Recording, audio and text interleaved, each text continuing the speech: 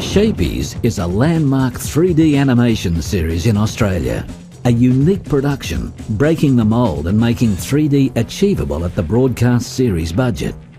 It's the first 3D animated series produced in Australia successfully.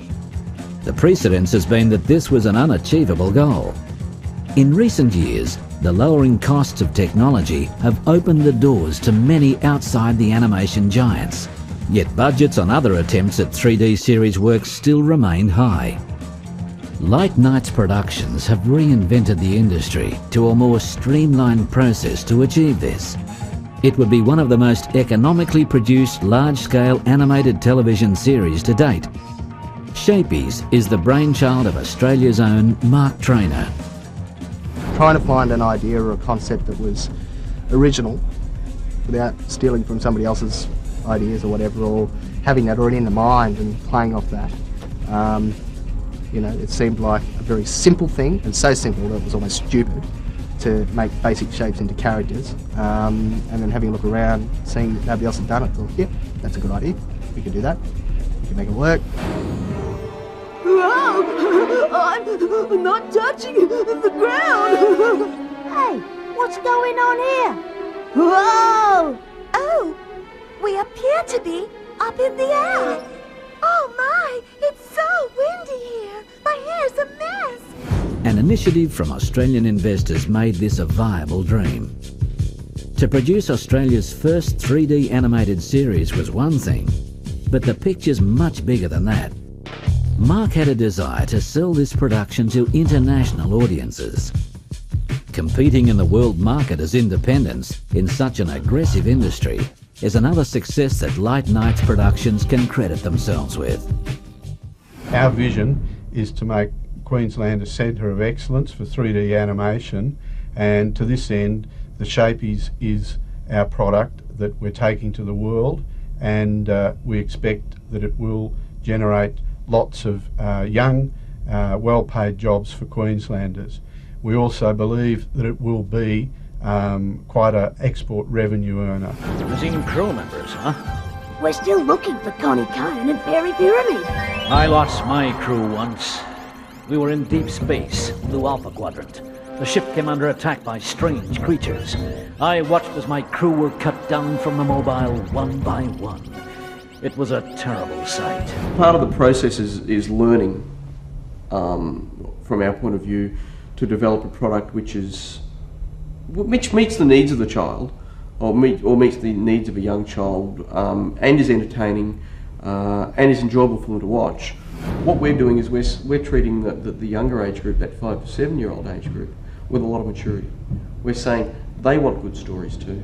They want good visuals, they want good pictures and good music and good entertainment, and giving them something that they can appreciate and own as their own. Before we could even consider making the show, that it had to be certified. And that took 18 months.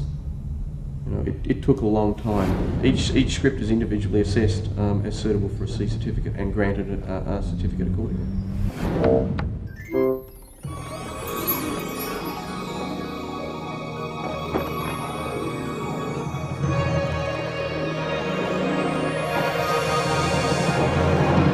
With this in place, production began. Oh, it really is a circus. I think in many respects it's one thing to have a large budget and work with a shot or two or three or whatever on a film. I think it's quite a lot harder to work with 21,000 frames of animation every 3 to 5 weeks. Depending on the episode, it's quite a challenge, and knowing that you're on the end of that, you're doing the same thing again. So, you're back at last. Just in time. We've already finished cleaning. What have you been up to? Hiding, obviously. Nothing. Right, Paul?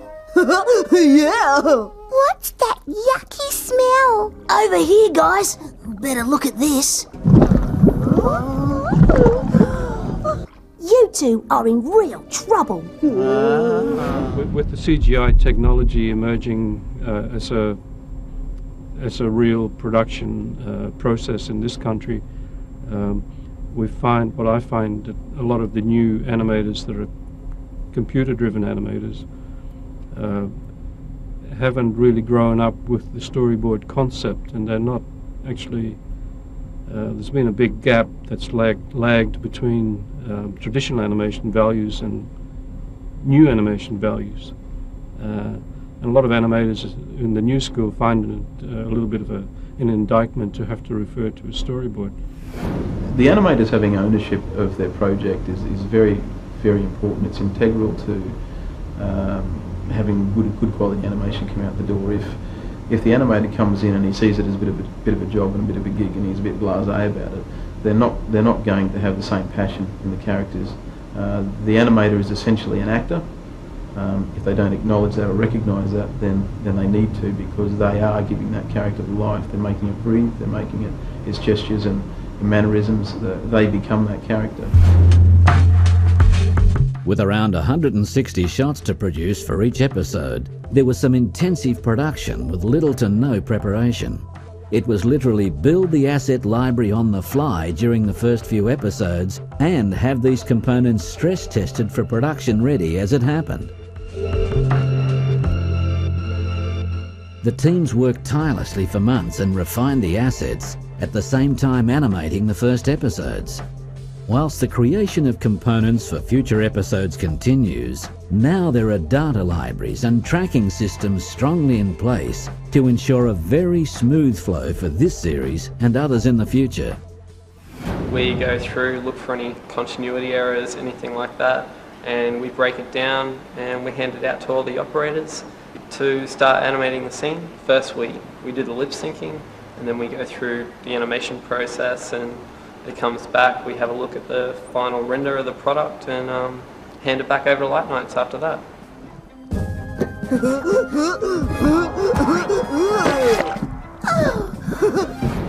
Here in the edit suite, we get to do one of our final quality control stages where we check up for continuity, lighting and animation.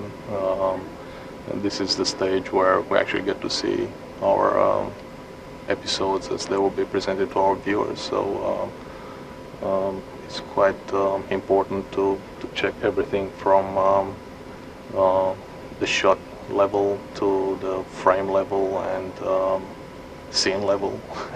Bad Gizmo! Stop! Sit!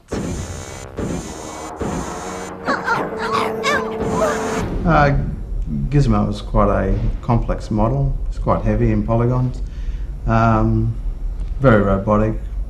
Very fun to work with though, going with the McKeown look. And Help! Somebody help me!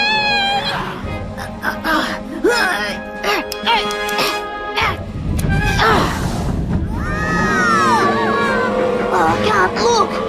Maybe we should, get out of the way.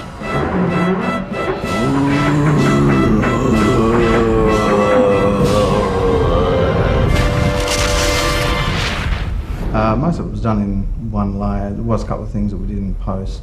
Some electrical effects and smoke from when he fell off the cupboard, which were a little bit easier to do in post and adjust afterwards. Okay, buddy. When I shout now, you let go, and I'll catch you.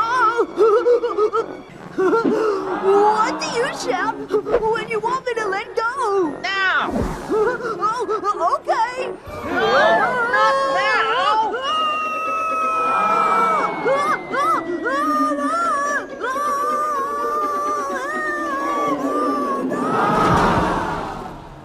Uh-oh.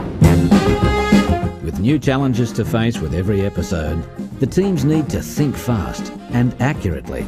There's no time for doubt. They just get in and get things done. With a cast and crew of around 80 people, Shapies represents not just a landmark in Australian animation history, it dictates a viable animation market in Queensland and Australia.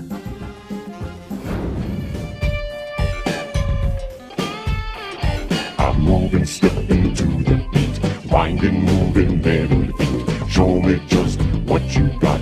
That's the mighty big butt.